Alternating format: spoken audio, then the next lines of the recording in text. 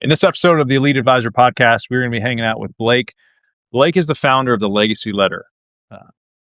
His story is powerful, and he will walk us through his story and his progression of helping others write letters so that things aren't left unsaid. I write letters to my kids. Most people would say they want to write these letters. They want to communicate something to their kids, their spouse, parents, but most people are not doing it for some reason. I also see his program as being a great conversation starter for clients and prospects. So Blake's going to unpack how he works with financial advisors and how the Legacy Letter can be woven into your estate planning conversation, but how it can also just set you apart from other advisors. Blake, welcome to the podcast. Sten, I'm glad to be here, man. I heard about your stuff a little while ago from a few different directions about the Legacy Letter and the mission you're on. Resonated a lot with me. I've tried to be intentional with my kids and try not to leave things left unsaid. But the way you formalized it and the program you have around it, as I've heard about it, I'm like, I think that'll just help people take the step, because everyone can do the stuff we're about to talk about, but I think most people don't for some reason. So if you just give us the background, your origin story, I'd love to dive in. Yeah, absolutely. Well, we are on a mission to help 1 million people write at least one well-written, meaningful, lasting legacy letter. And so just like you, man, I have a conviction for this. But I would say it's because of my dad. And so when I was 19 years old, we took a family vacation to Hawaii. First day there, we decided to go snorkeling at Hanauma Bay. And so everybody's on the beach, my mom, my sister, my brother, my grandmother. And then it was just me and my dad out in the water. And Sten, there is nowhere else in the world I wanted to be than right there with my dad.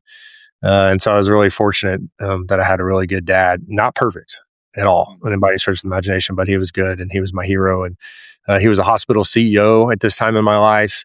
Long before I was born, he was known as a football player. So he'd been drafted by the Atlanta Falcons to play tight end. But his main claim to fame is that he was Terry Bradshaw's tight end at Louisiana Tech. And so they were best friends and roommates. Yeah, you can imagine some of the stories that came out of those years. It also means Phil Robertson was my dad's quarterback.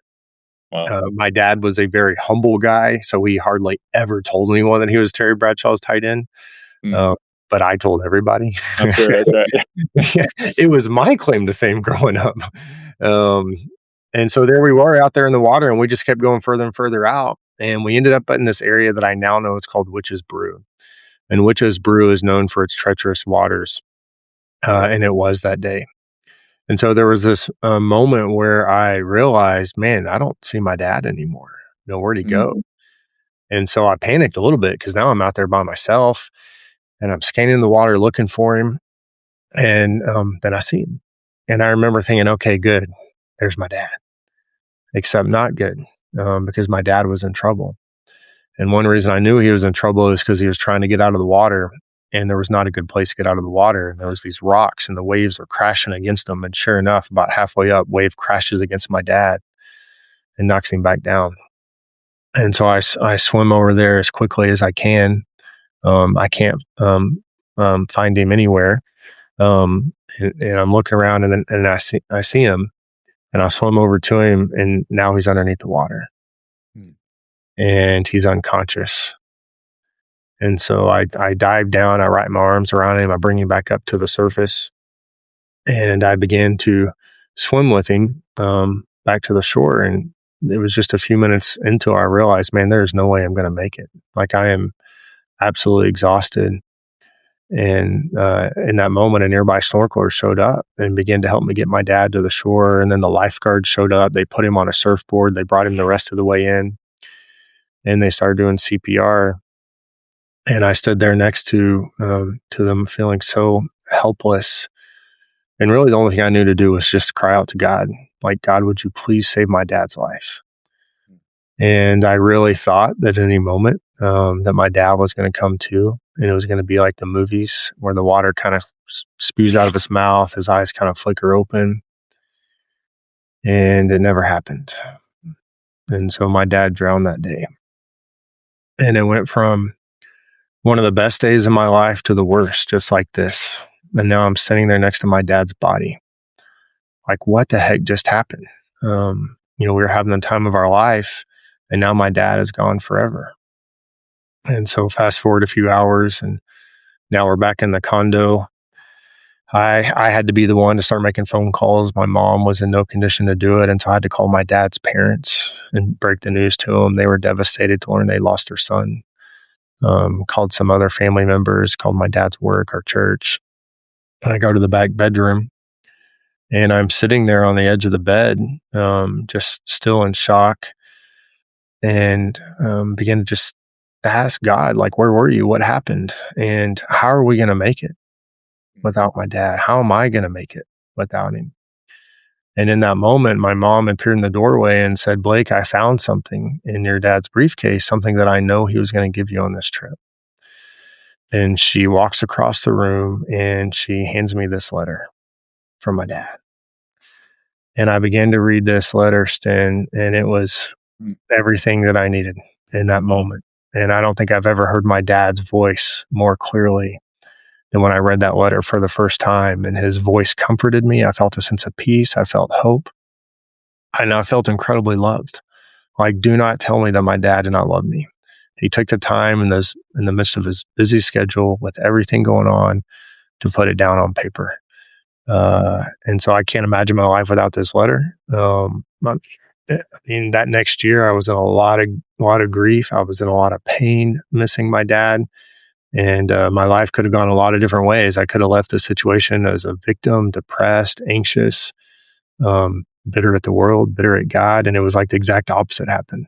I grew more as a leader, grew more as a person in my faith, closer to my family, discovered my life purpose. I even had some professional counselors tell me, Blake, you have grieved this in a really healthy way compared to most people. And I said, yeah, most people don't get a letter like this from their dad. Yeah. Wow. And so then it was 5 years ago, kind of like you, like looking at any other dad, like, man, I want to be a good dad here. I want to help them be confident and successful. And I want to pass down our family values. I see what's going on in the world, and there's a lot of noise out there. And how do I just like really help my children? And it's like, I know what I got to do. I got to write them a letter. Yeah. And, if anyone knows a valuable letter from their dad, it's me. And so this process of writing the letter was really hard. Like looking at this blank sheet of paper, like, what the heck am I going to write? And the appreciation of my dad's letter went way up. And so in the process of writing this letter, I'm going to be doing a lot of research to really understand, like, hey, what are the words that my children need to hear from me? Like, if we're going to do the letter, let's do it right. And finish the letter. And it felt amazing to have this letter done. But then I realized, man, I did that for my kids, but man, that was actually for me. Like, I needed to do that. Like, I became a better man, a better dad, helped me think about my future, what I wanted to be true. And then I had this letter to go live out. And so it was really through that it just kind of hit me one day. Man, I was actually in Nashville. I was at a mastermind group. I was in this mastermind group for 5 years. We had an offsite, and I was listening to a guy talk about getting a life-changing letter from their dad. And I was listening. This guy got a letter. I got a letter. Like, we got to help more people get a letter. Nice. And so like literally like the idea for this mission happened right there in Nashville. And so ever since then, for the last 5 years, I've been doing this full time. I've helped we created a process and an outline, help people write the letter. And I do these workshops all across the country. We've helped about 20,000 people write this letter.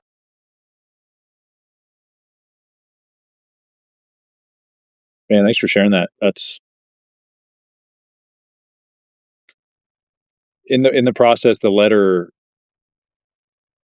What was the biggest impact of it? Was it helped the healing process, having that reference back to, like, in your story, the letter, what, because I would say probably in everybody's stories, the letter might play a different purpose. What was it for you?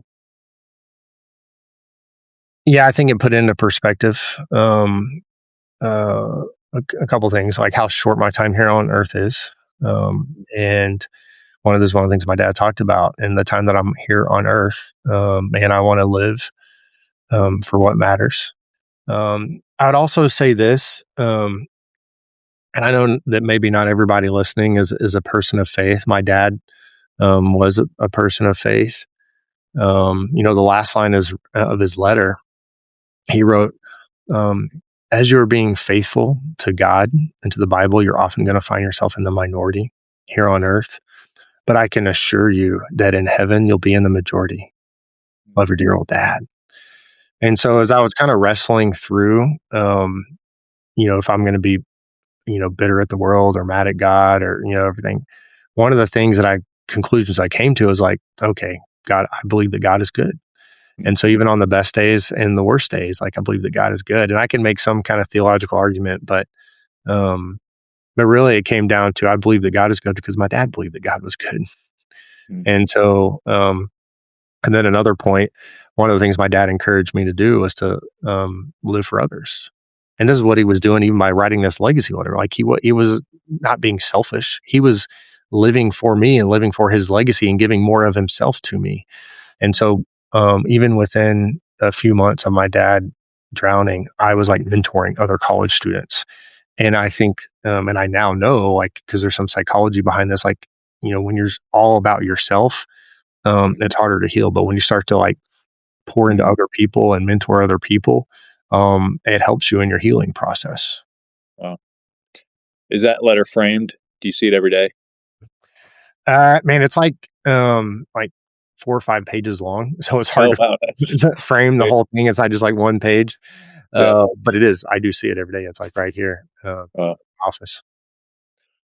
So what have you learned? Because you may be one of the most knowledgeable people in the world on this topic now that you've spent so much time diving into it. It feels like if you asked anyone, they would say, of course I want to do that. Of course that's a great idea. I mean, are less than 1% of people doing it intentionally? Like what have you learned about the stats behind it? Uh, I don't know hard stats, but I will say, and I even knew this before I started helping people. Like people hear my story and they're like, "Man, like I wish I had a letter like that." Like that was like the number one response. I wish I had a letter like that. And then every once in a while, I would meet someone that had a letter like that, and it was like we were in a special club together. Like I got a letter from my dad club, and really that went back to my children. And it's like, well, there's one thing I know about I want my children to be in that club. I got a letter from my dad club. And so every once in a while, I'll meet someone like you who said you've already been writing letters, and Mm-hmm. I would say most people are not like doing this now. Obviously, I mean, a lot of people are like, yeah, I've been wanting to do that. I've had this idea. It's not some crazy idea. Write a letter. I've never heard of that before. Yeah. Yet most people haven't done it, and even as I'm helping people, like it's still hard to do it. Like writing a letter is so simple. The idea of it is so simple, Mm-hmm. but simple does not mean easy. Yeah. Like this is such an emotional experience to do it, and so that's why I love helping people do it because it's like literally like it's life changing to write the letter. Yeah. Something's happening in you as you write it. So there's the practical side of like, hey, here's some prompts, here's the template. Do you find that it is the emotional side? Like I can't get myself there. Um, Maybe people haven't done enough personal work to even know like what do I say? I'm not ready for what I'm going to feel if I start saying this. Well, I think there's a sense of like how I was initially, like looking at this blank sheet of paper of like, oh man, I don't even know what to write. Like, how do I get, and I tell people, I think you have a legacy letter in your heart. Like everyone has one in their heart. You just got to get from your heart to your mind to a piece of paper. And then ultimately you want to write it in a way that it gets into their heart. Mm, And so I think people get tripped up on that as well too. It's like one, trying to make it perfect. I try to help people say this, it's not going to be perfect. Like you're never gonna have a perfect letter. As long as you're trying to make it perfect, it's not finished and it's not gonna be in their life. Um, but there was a dad who came to me out of Houston and he said, man, we're having some issues with our daughter. She's a senior in college. Like, man, she's really butting heads with especially my wife. And like we're just not getting along. And I want my daughter back. And I want our family back. And he said, my wife wrote her a letter and it did not go well. It actually like hurt the cause.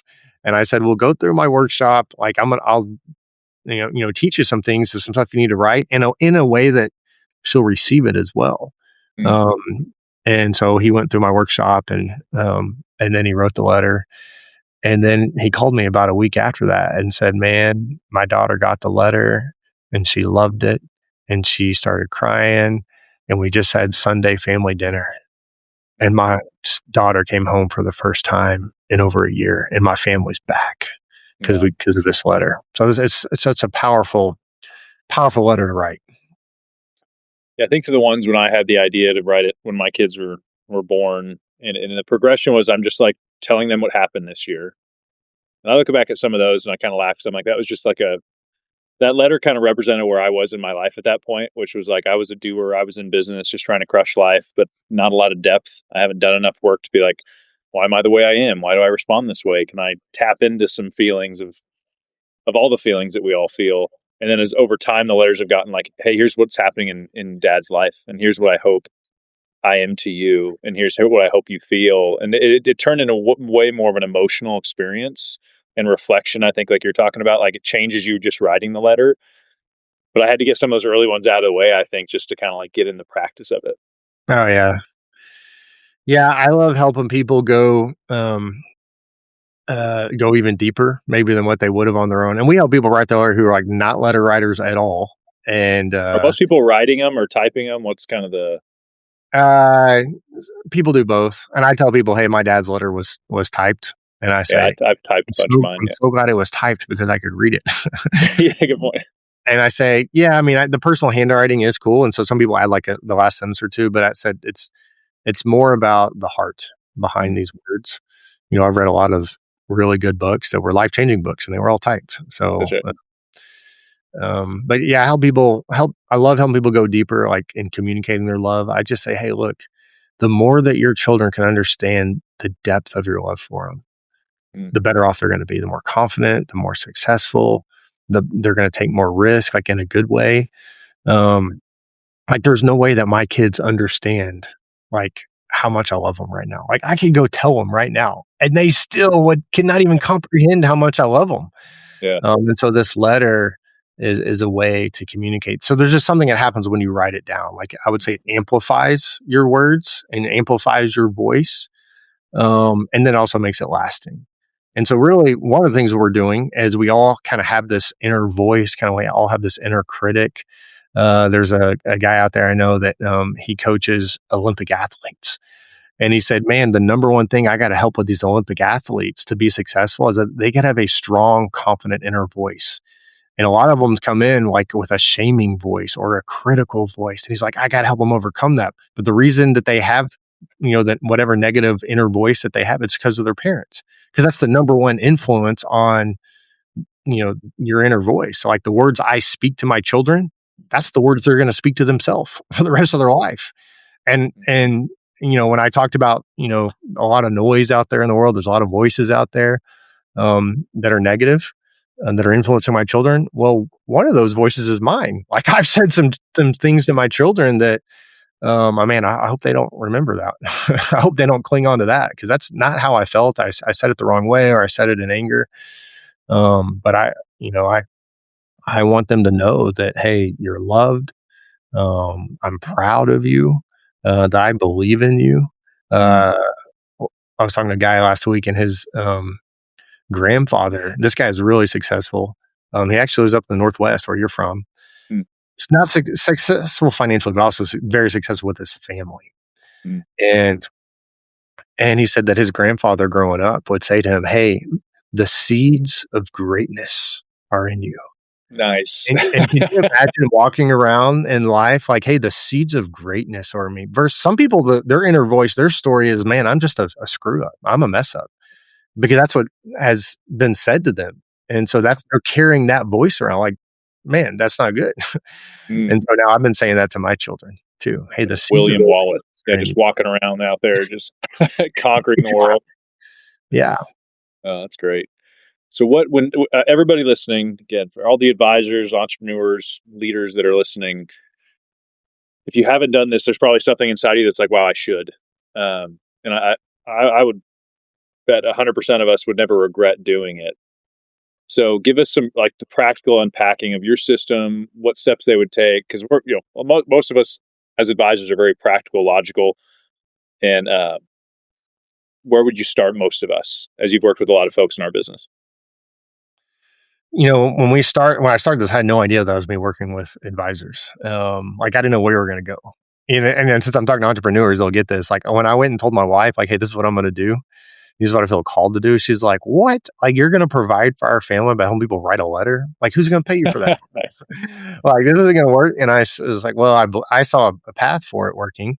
And I also believe that God's in it. And it's too big of a thing for us to not go for. But some financial advisors were like, man, like out of the gate, like my buddy, it's like, hey, come share your story with us. And next thing you know, all these advisors are like, man, we need your program for our clients. Like we see like they're passing down all this money and they have no relationship with their children or things like there's some tension there. And our clients are having trouble communicating their heart, like which we all do. Like we all have sometimes it's really hard to vocally and verbally say some things. And so we put together a package where I'm either going to help advisors and their clients do like a in-person workshop. So I come and do it and I'm speaking, and over several hours we'll go through the workshop, or I'll do the keynote, and then everyone in the back end has access to my online program. And so people can go through that in like an hour and a half.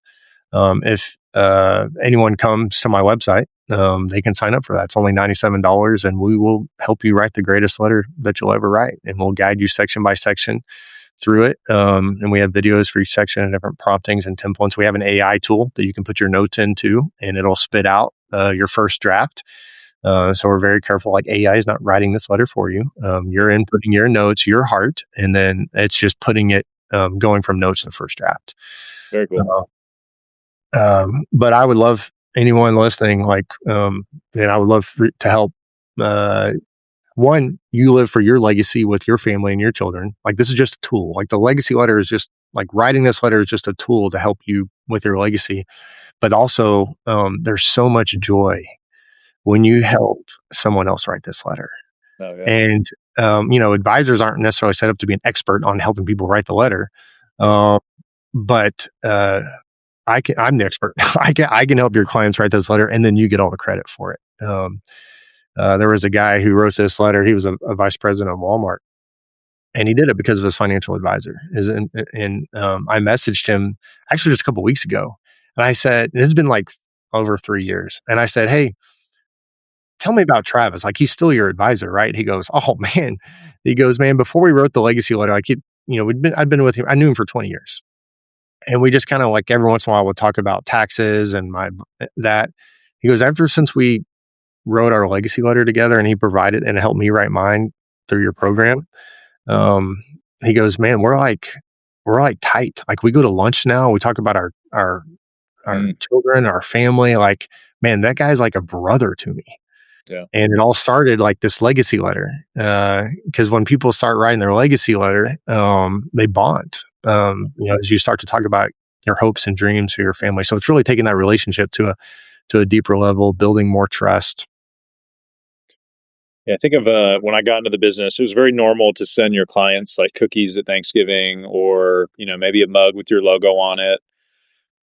Then as I started building my practice out, I was like, I should probably stop sending things that have my name on it. Yeah, great book, Giftology. It's like, maybe it should be about them. And so it's like, as your gift progresses, I know a lot of my clients, they can go buy a candle and some coffee. I think it's thoughtful for them to get something. People like getting stuff in the mail, but I do think there's an element of, when I've heard about your mission, of you will be attached to them doing something that they'll never regret doing. Like, is that maybe a more appropriate gift from a financial advisor than snacks and candy? Yeah. And oh man, I'm going to butcher this John Ruhlin quote. But something about, man, you take care of somebody's family and, man, they'll be with you forever. And so, helping somebody write this letter, because really, and what you're doing is you're enabling them to be the hero to their family. Their children you're helping them be the hero that their children, their family already sees them be. Yeah. And so, and also let me say this, like, this is not just for dads, like dads, moms, grandparents, they write this letter, and then we help people write a letter to their spouse or to their, like, some people write a letter of appreciation to their parents as well. And I got so many great stories about that. Love that. So what would website? What's the website that people would go to? You can go to legacyletter.com, but we have like a resource for everyone that's listening, and you can get a free preview and some other free resources as well. And I don't have that URL, but we've sent it to you guys, and so it'll be in that y'all can send to people. Yeah. So I think there's an angle here of advisors, and I'll just say from personal experience, like, you should do this. Like, you will not regret it. But from a business standpoint, how do you coach us up on how we could roll it out, use it with clients? Do you see advisors saying, hey, I'm going to work 10 clients at a time from the top of my book to the bottom of my book? I'm going to just throw it out to everybody all at once. What are you seeing advisors do? Yeah. So we have a program called Becoming a Legacy Letter Advocate. And so legacy letter advocates, their clients and even their potential clients get access to our online program. So the online program is, it costs $100. Our advocate program only costs $100 a month, and that enables you to give our program to your clients. And so we build a co-branded web landing page to send your clients to. We give them an access code. We give you different printed materials. And so some advisors, we've set it up to make it as easy as possible. So like you can email it out and let everybody know, or you can send like the QR code in the mail. Hey, you can set it up as a gift, or you can also set it up as, hey, and advisors do this. Like, this is just part of our practice now. Like we're going to do these 7 things. The 7th thing is legacy letter. And we partnered with a national expert who's been on the Today Show and the Huckabee Show. And like, he's going to help you write this legacy letter. But some advisors will bring people into their office and they will use it kind of as a client event and show my video, or they'll do me live. I do virtual workshops like all the time. Nice. I've got a couple this week for some advisors, one up in Oregon, one in New Jersey. And so they invite their clients, and sometimes they're on their own computer, sometimes they're all in the room. And we're doing a virtual, and sometimes it's both. Love that. Yeah, I think that this hits the heart for me. Obviously, your story, I appreciate you sharing that. Putting like a business owner hat on, I think there's a lot of application for this, of creating different conversations, revitalizing stale relationships with clients. I find so many advisors that loyalty is not guaranteed, but I think we take it for granted. It's like, oh, I've been their advisor for years and we're doing pretty good. And a lot of people do not change their advisor just for the sake of it. Usually if something has to prompt them to do it. Yeah. But I do think there's an over confidence. If you were just doing traditional advising, talking to your clients once a year and they don't leave, I don't think that means you're doing the best you can. And when I heard about this and when I think about implementing it, I'm like, okay, that's different. I may not get every client right away to get excited about it, but if it becomes part of our process, when we talk about estate planning, we mention this as piece of it. I think there's a way to weave this in to where it's not like a flash in the pan idea. It's just part of your practice. Yeah. And we've had advisors say, man, I've loved, like, what a great reason for me to call some clients or some other people that I haven't talked to in a while. And I was kind of feeling nervous about, or kind of sheepish, but man, I'm leading with legacy letter as the reason I'm calling. And then it led to other parts of the conversation. And then we had an advisor, a guy told me recently, he said, man, I was doing my client reviews this past year and like the stock market wasn't doing good. I didn't want to talk about numbers, but man, I got to talk about legacy letter. Nice, I was so glad I had something else to talk about other than the numbers. Yeah, that's great. Man, I appreciate you being here. I'm thankful for the mission you're on, because it matters a lot. I think it's a few hours or maybe even takes longer than that, but it lasts a long time. Yeah, absolutely, man. Well, thanks for having me on, man. I believe in people having these legacy letters, and man, the only reason we've been able to help the people we have, the only reason we're going to get to 1 million is because other people who believe in our mission, who join us in this mission. So we are actively looking for legacy letter advocates, people to partner with us, so we can help more people have a legacy letter. Man, all right, brother. Thanks for coming. All right, thank you, man. We'll see you.